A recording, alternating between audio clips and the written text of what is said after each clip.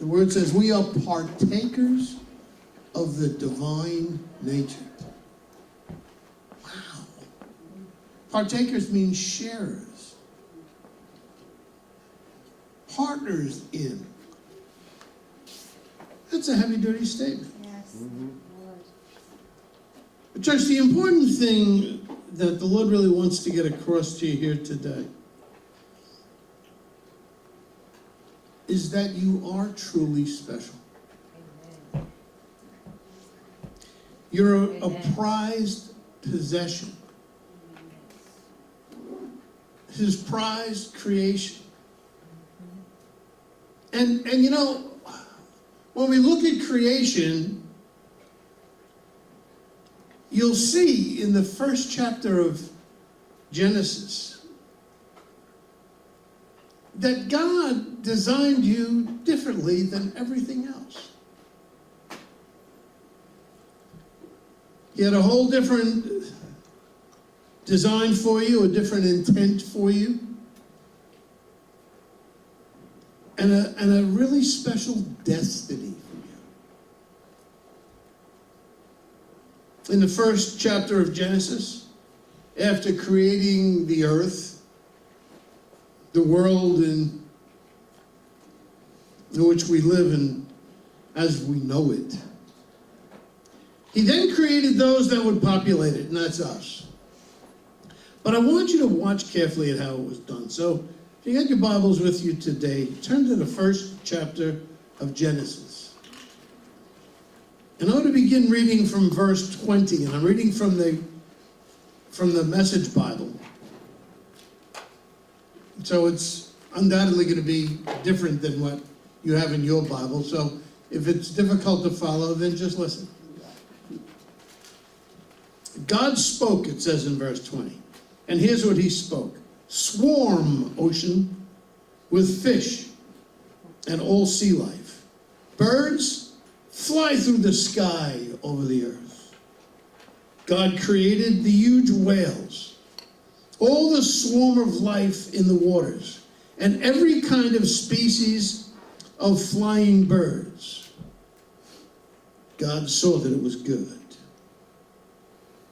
In verse 22, God blessed them. Prosper, reproduce, fill oceans, birds, reproduce on the earth. It was evening, it was morning, day 5.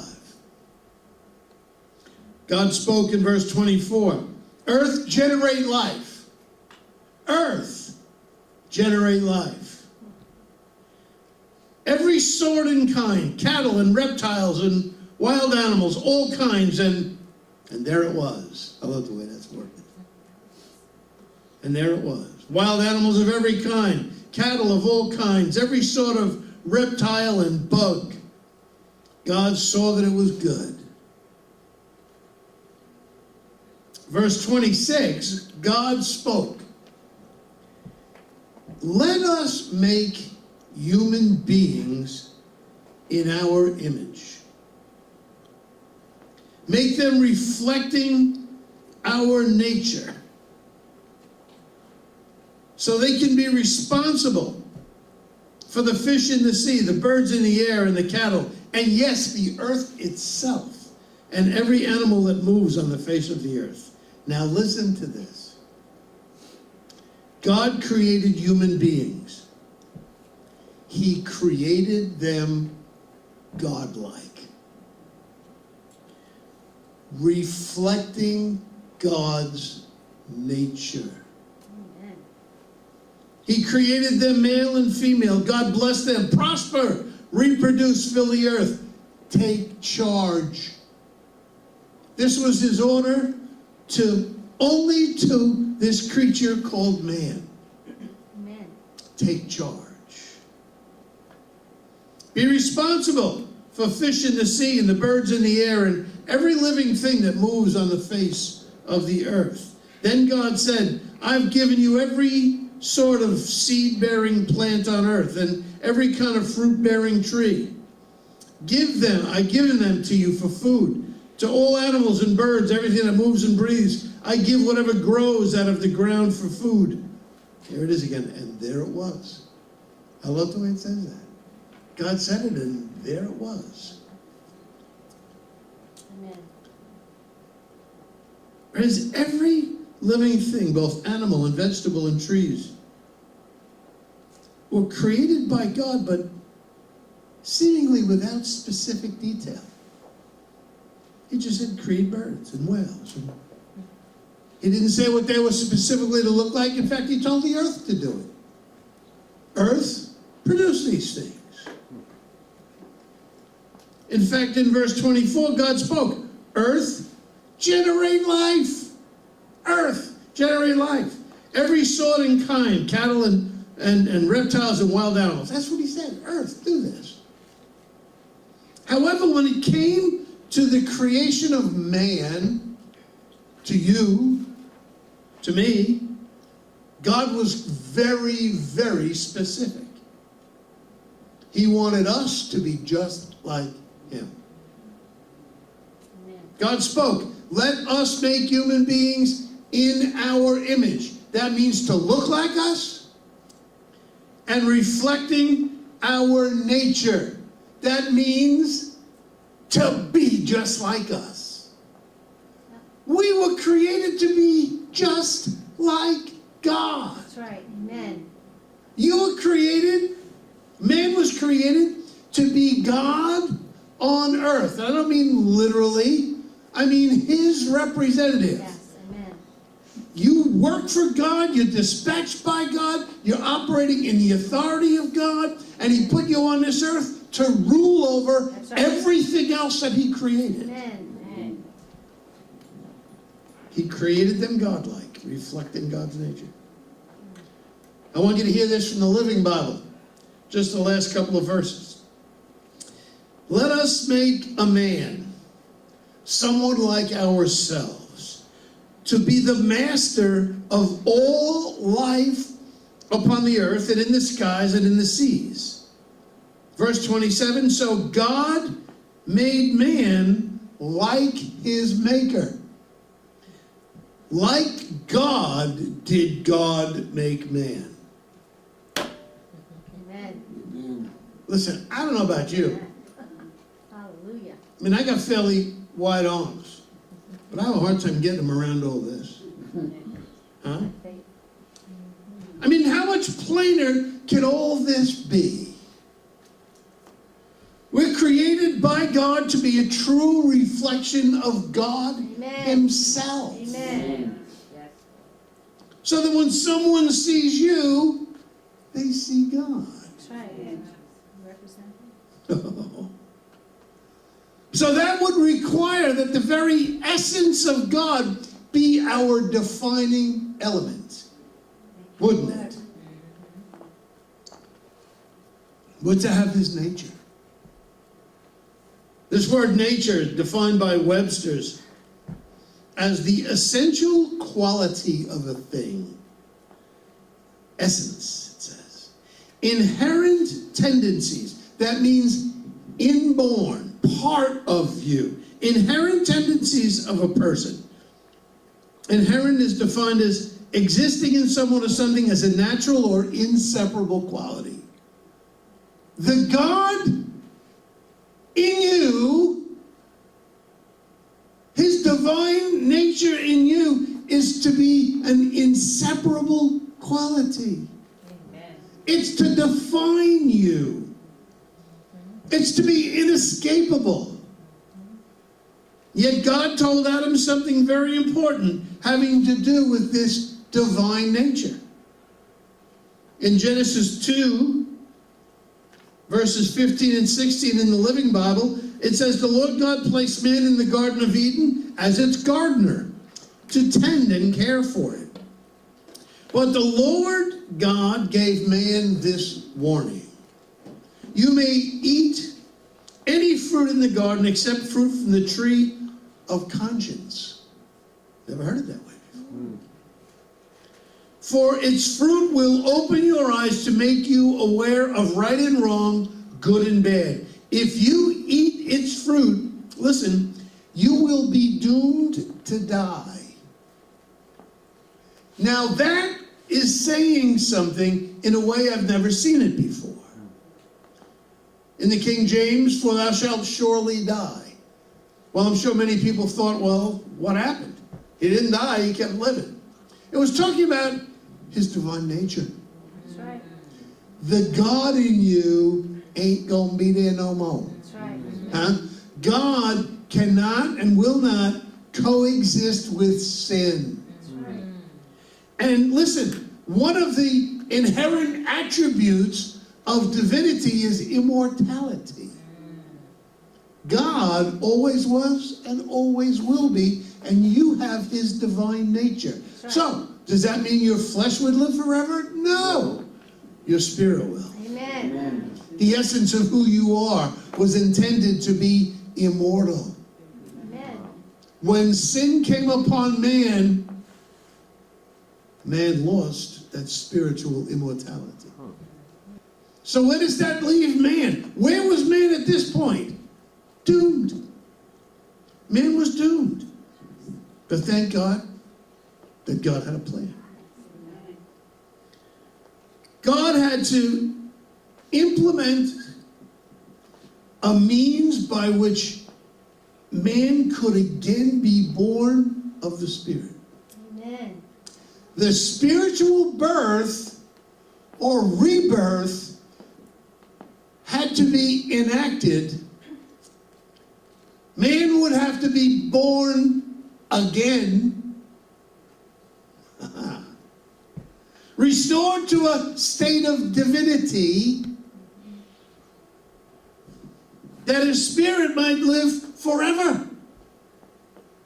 That one day his spirit could successfully leave his body or her body and be free, literally free, to enter into the literal presence of God.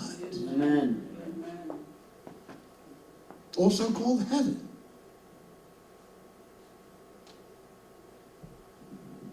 So the born again experience is a deeply profound and meaningful experience, both in its purpose and in the results that it should produce in the believer. Friends, something died. And that something was the divine nature of man. And it needed to be replaced by something far better. You see, the old sinner you once were is gone. That nature is deceased. Listen, you can't live two natures. You can't have two natures. Listen, we need to choose.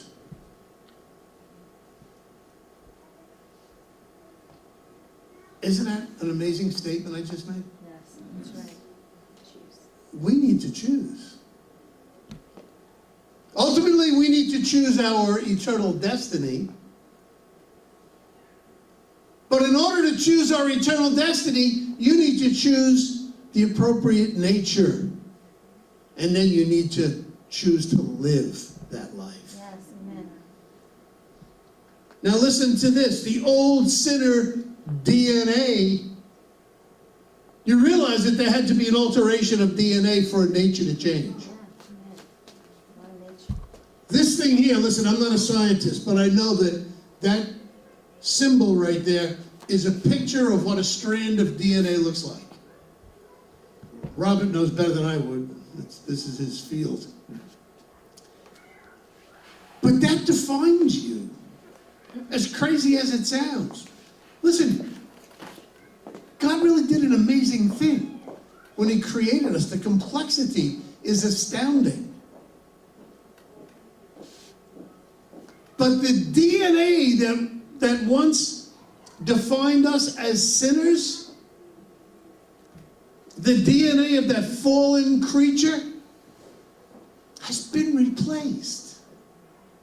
When you got saved, and I mean really saved, when you chose to give up the life you once lived, when you chose to start all over again,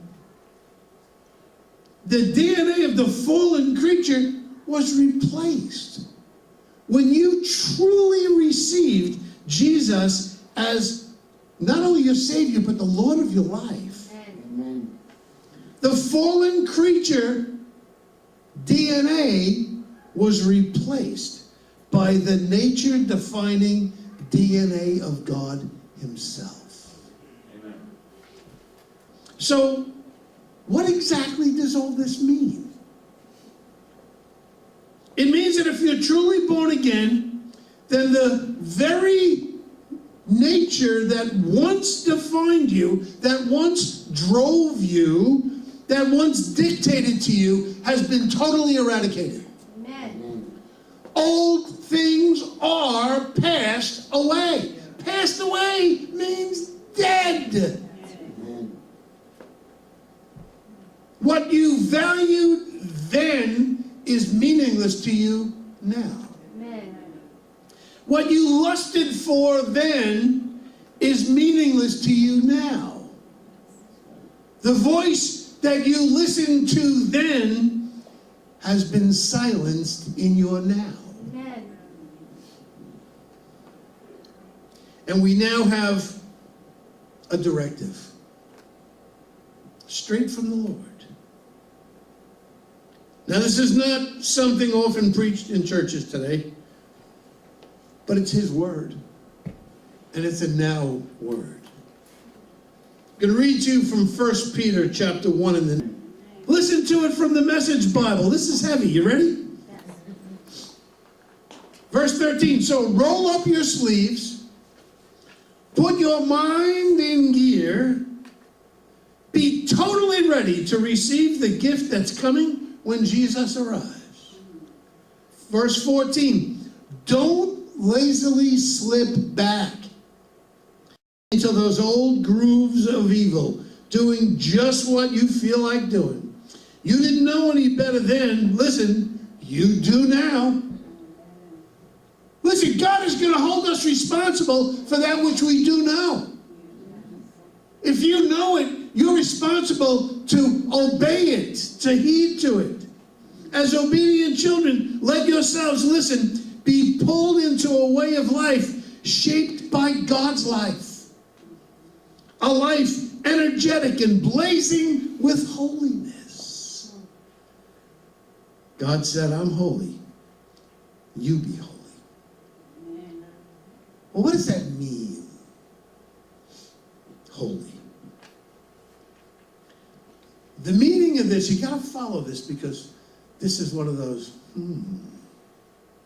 The meaning of holy, the Greek word used here is hagios. Hagios, hagios.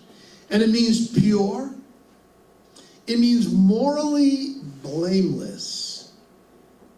And it means consecrated, set apart. Now check this out. This is the part. Hagios is taken from the root word hagos. And you know what that means? An awful thing. God took you out of an awful thing the same way he took the word hagios out of the word hagos. He took you and me out of an awful thing, an awful life, a damnation, a condemnation. He took us out of that corrupted life and hopeless destiny, and he made us pure, morally blameless, and consecrated. Amen. God made us this already. All we got to do is step into it.